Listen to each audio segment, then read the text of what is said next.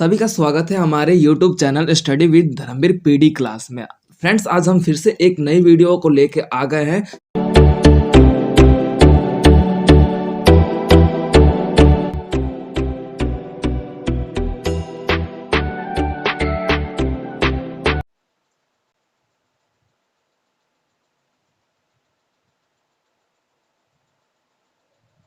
देखिए, ये आपका इग्नू का फर्स्ट ईयर का जो कोड है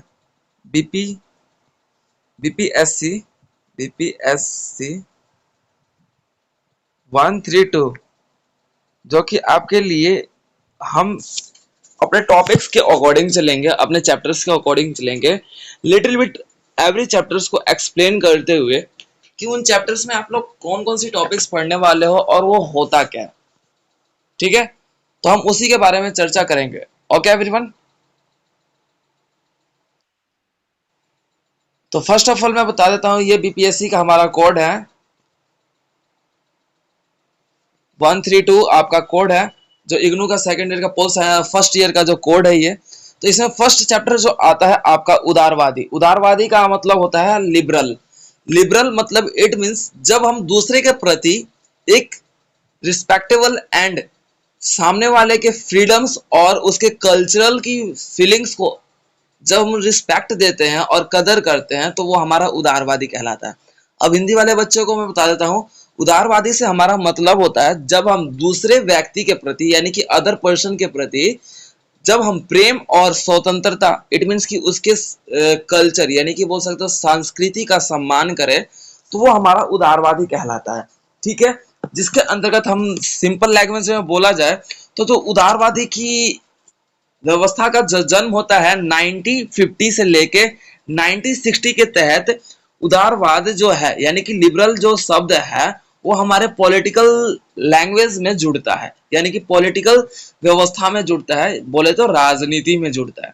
ठीक है, जिसके अंतर्गत हमने ये देखा कि यहाँ पर जो अब सरकार थी यानी कि बोल सकते हो जो सरकार वर्क कर रही थी, उस सरकार में 19वीं शताब्दी में यानी कि 19th सेंचुरी में आपका क्या हुआ कि उदारवादी यानी कि लिबरल शब्द को हमारी व्यवस्थाओं में जोड़ा गया। क्लियर है? तो हमें यह देखने को मिला कि जब हमारा राजनीति व्यवस्था यानी कि पॉलिटिकल थ्योरी या फिर पॉलिटिकल व्यवस्था धीरे धीरे दूसरे और हमारे देश यानी कि बोल सकते हो कि एक जो कंट्री है उसमें जितने भी पब्लिक रह रहा, सरवाइव कर रहा है यानी कि जी रहा है, उस सिचुएशन में उस कंट्री का यानी कि पॉलिटिकल एंगल का क्या दायित्व बनता है कि उसके जो देश के जो लोग हैं ना वो उसके लिए वर्क करे, नॉट एट ऑल कि वो अपने प्रॉफिट एंड अपने फायदे के लिए वर्क करे।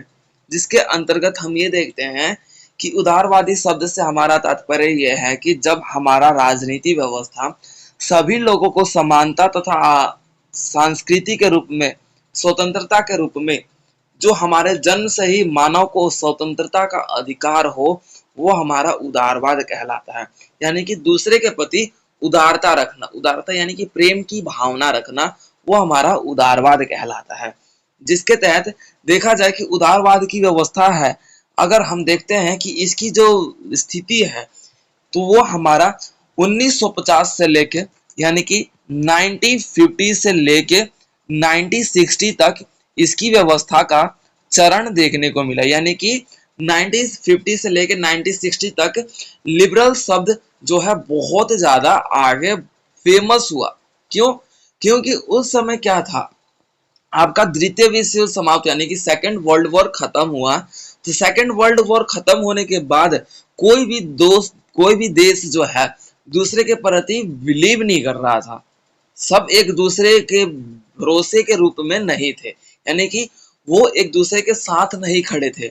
लेकिन जब उदारवाद आया ना तो सभी देशों को एकजुट और एक दूसरे के प्रेम की एक धागे में यानी कि बोल सकते हो एक धागे में पिरो दिया। ठीक है, यानी कि सभी को एक प्रेम की भावना में जोड़ दिया, जिसके अंतर्गत उदारवाद का जो व्यवस्था है, प्रचंड व्यवस्था, आपका 1950 से लेके 1960 के दौरान माना जाता है। ठीक है, अब उदारवाद में जो कि मार्क्सवाद, फासीवाद और राजनीतिवाद, इन सभी के ऊपर उदारवाद को सर्वोपरि उस समय माना गया था। ठीक है। फांसीवाद की बात की जाए तो इसमें आपका देखा जाता है कि इसमें जो रचना क्रिया जो होने वाला था, यानी कि रचना होने वाली जो प्रक्रिया थी, वो फांसीवाद के अंतर्गत बहुत ज्यादा मानी जाती है। और मार्क्सवाद की बात की जाए तो यानी कि मार्क्सिज्म जिसे बोला जाता है, मार्क्सिज्म कॉन्सेप्ट बोला जाता है, यानी कि मार्क्सवाद की अवधारणा जो बोली जाती है, जिसमें कार्ल मार्क्स के द्वारा आपका देखा जाता है कि मार्क्सवाद की अवधारणा को एक्सप्लेन किया गया।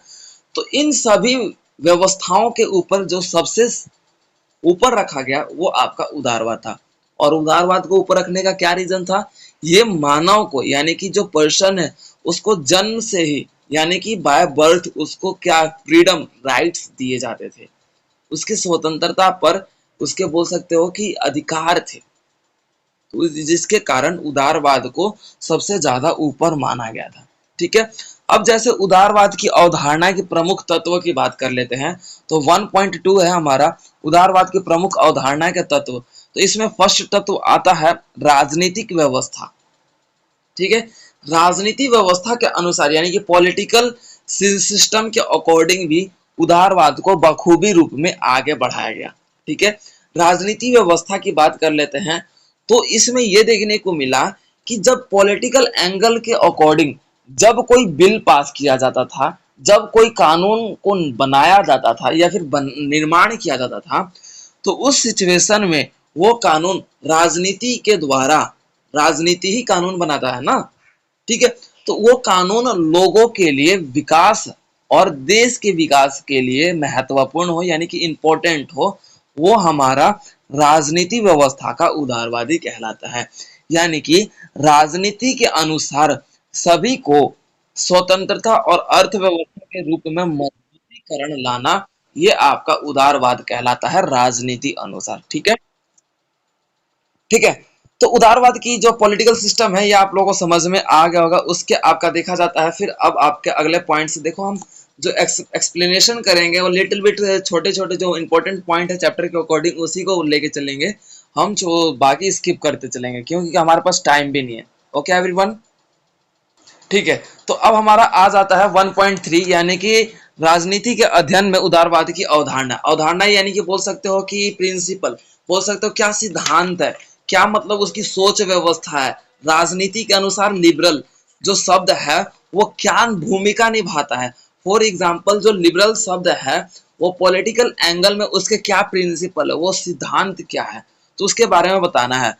तो जैसे कि जो हमारी उदारवाद की अवधारणा होती है जिसे हम लिबरल शब्द से नाम से जानते हैं, जिसके अंडर हम ये देखते हैं कि पर्टिकुलर यहाँ पे जो विकसित करने की प्रक्रिया यानी कि डेवलप करने की प्रक्रिया है, जिसमें राजनीति के अनुसार इसकी महत्वपूर्ण भूमिका दिखाई गई है, जिसके अंदर हम बात कर लेते हैं।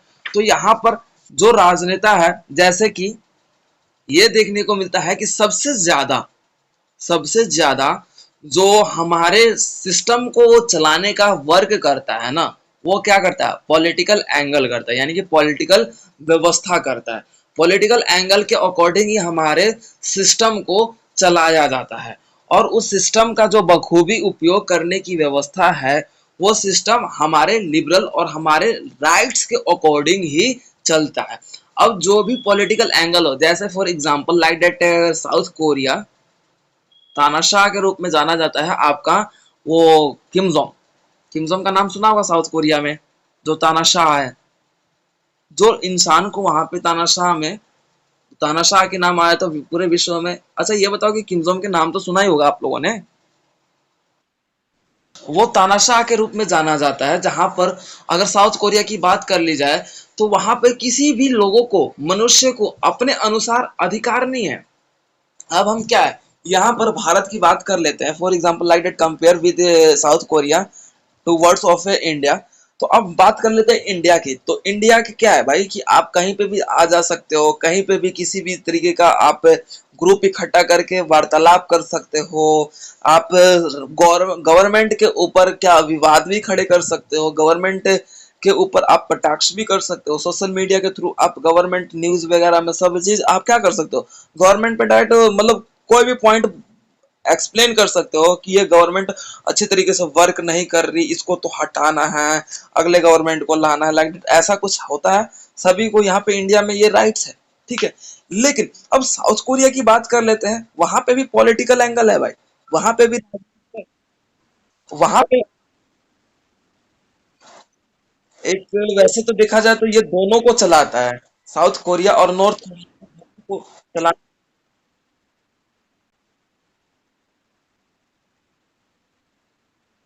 हाँ, पर्टिकुलर हमारा स्वतंत्रता है, राजनीति हमें स्वतंत्रता प्रदान करता है। तो वो उदारवादी में हमें यही देखने को मिलता है कि हम अपने विकास के रूप में क्या देखते हैं, राजनीति व्यवस्था का जो उदारवाद धारणा है वो हमें देखने को मिलता है, जिसमें हम राजनीति की बात कर लेते हैं तो राजनीति के अनुसार सभी देश को चलाने तथा देश के सभी लोगों का विकास करने के लिए राजनीति महत्वपूर्ण रूप से लोगों को स्वतंत्रता प्रदान करता है, लोगों को अधिकार प्रदान करता है तथा उसे किसी भी व्यवस्था के रूप में अपने अनुसार कार्य करने में उसे भली भांति आगे बढ़ाने को प्रेरित करता है। तो यही हमारा उदारवाद की व्यवस्था कहलाती है, या फिर उदारवाद की अवधारणा कहलाती है राजनीति व्यवस्था के अध्ययन में, ठीक है। जाता है 1.4 उदारवादी अवधारणा की परिवर्तित क्षेत्र। यानी कि जो उदारवादी है ना, उसकी जो सिद्धांत है, उसके जो प्रिंसिपल है, यानी कि उदारवाद का जो तरीका था, उसके अवधारणा में यानी कि उसके बनावट में परिवर्तन आया और उसके क्षेत्रों में परिवर्तन आया। अब क्या है, ना केवल यहाँ पे राजनीति उदारवाद देखी जाती थी, अभी तो यहाँ पे नागरिक समाज में भी उदारवाद देखने को मिला, जिसके अंडर हम ये देख रहे थे कि यहाँ पर प्रत्येक नागरिक जो समाज में रह रहा है, अपना निवास कर रहा है, अपने जीवन को जी रहा है, तो उसमें हमने ये देखा कि सभी नागरिकों को हमने जन्म से ही स्वतंत्रता तथा उनको अधिकार दे रखे हैं, वो ताकि समाज में नागरिकों के बीच अपने आप को विकसित करने में भली भांति आगे बढ़ सके। जिसके अंदर हम ये देखते हैं कि यहाँ पे उदारवाद की अवधारणा की बात कर लेते हैं तो लोगों को लोकतांत्रिक व्यवस्था के अनुसार देश में रहने का ये अधिकार है तथा एक नागरिक अपने आप को जिस तरीके से विकसित करना चाहता है उस तरीके से भी अपने आप को विकसित कर सकता है। यही आपका उदारवाद की अवधारणा में नया चेंजेस आता है, जो कि आपका फर्स्ट पॉइंट है। अब उसके बाद आ जाता है बहुसांस्कृतिकवाद। बहुसांस्कृतिकवाद के अंतर्गत हम ये देखेंगे कि अलग अलग संस्कृति को यानी कि अलग अलग कल्चर्स को हम ध्यान में रखते हुए उन सभी कल्चर्स के बारे में अब हम उनके विकास तथा उनके सम्मान और उनके रिस्पेक्टेबल व्यवस्था को बरकरार रखने के लिए सभी कल्चर्स को हमने समान अधिकार दिया। अब हमने ना हिंदू धर्म को, ना आपके बोल सकते हो मुस्लिम धर्म को, सभी कल्चर सभी रीजनल व्यवस्था को हमने क्या बराबर का अधिकार दिया।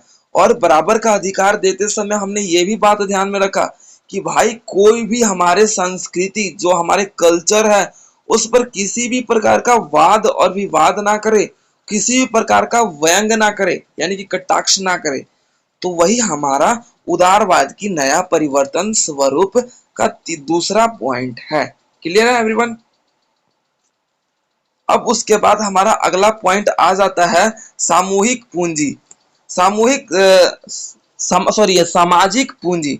सामाजिक पूंजी की बात कर लेते हैं तो ये आपका थर्ड पॉइंट है। इसमें सामाजिक पूंजी की बात कर लेते हैं जिसमें मनुष्य ने अपनी व्यवस्था को बरकरार रखने के लिए अपनी पूंजी यानी कि बोल सकते हो अपने इकोनॉमिक सिस्टम को स्ट्रॉन्ग करने के लिए दूसरे के समानता और उसके सम्मान की स्थिति को देखने का व्यवस्था का ध्यान रखता है।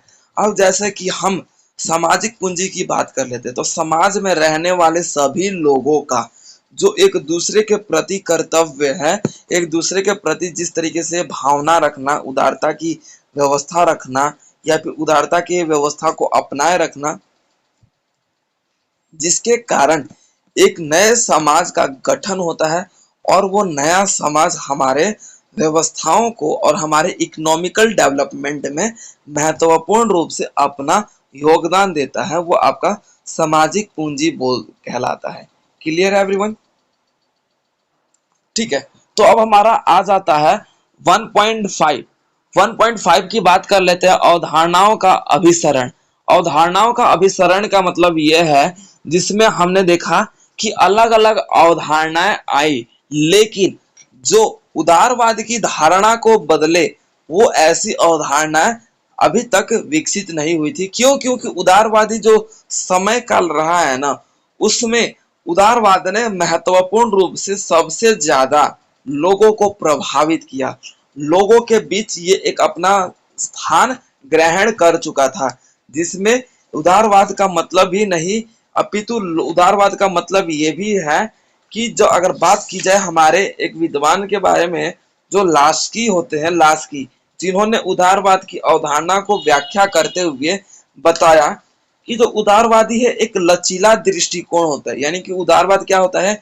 एक लचीला व्यवस्था पाया जाता है, जो दूसरे के प्रति हम समानता तथा एक एक नजरिया रखते हैं, जिसमें हम लोगों को समान रूप से एक दृष्टि के रूप में सभी को एक इक्वल रखे। और जब कोई व्यक्ति किसी भी प्रकार का गुनाह करता है और वो गुनाह लोगों की धारणा के ऊपर एक सीख के रूप में उसके लिए सजा के बजाय उसको सुधरने का मौका भी देने की प्रावधान जो उदारवाद की धारणा में देखने को मिलता है, जिसके अंतर्गत माना जाए कि व्यक्ति को स्वतंत्रता जब हनन, यानी कि व्यक्ति का स्वतंत्रता जब कोई हनन करे या फिर उसके स्वतंत्रता पर किसी भी प्रकार का नुकसान पहुंचाए, तो उस स्थिति में आपका उदारवाद की अवधारणा महत्वपूर्ण रूप से वर्क करते हुए अपने आप को आगे बढ़ाती है और अपना विकास करने में सक्षम होती है। क्लियर हो गया यहाँ तक सभी को?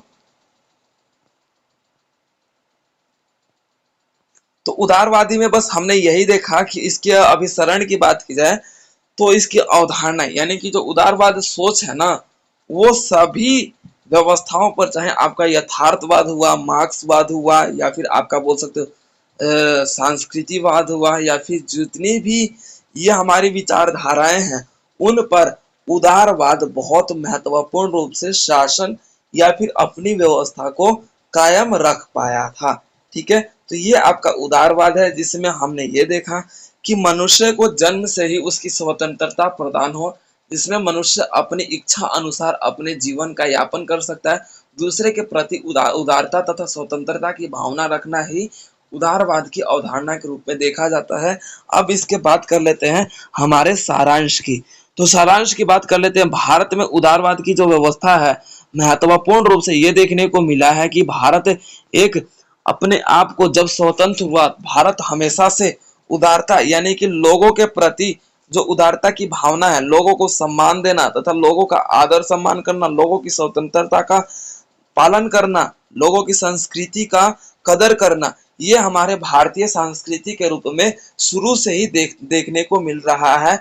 जिसके तहत हम ये देखते हैं कि यहाँ पर लोगों की धारणा के रूप में, लोगों की स्वतंत्रता के रूप में तथा लोगों की व्यवस्था के रूप में भारत को उदारवादी देश के रूप में हम देख सकते हैं। जिसमें हम ये भी देख सकते हैं कि भारत शुरू से ही आतंकवाद को समाप्त करने के लिए अलग अलग देशों के साथ वो गठबंधन करने का प्रयास करता है, तथा जो गरीब देश है और जो छोटे मोटे देश है, तो उसके प्रति अपना भारत सहानुभूति भी दर्शाने का प्रयास करता है और उसको उस स्थिति में भी सम्मान देता है जिस स्थिति में उसकी आवश्यकता होती है। तो ये था आपका फर्स्ट चैप्टर, जिसमें हमने उदारवाद की स्थिति देखी और उदारवाद की अवधारणा देखी और इसके बदलते परिवर्तन स्वरूप देखे। क्लियर हो गया सभी?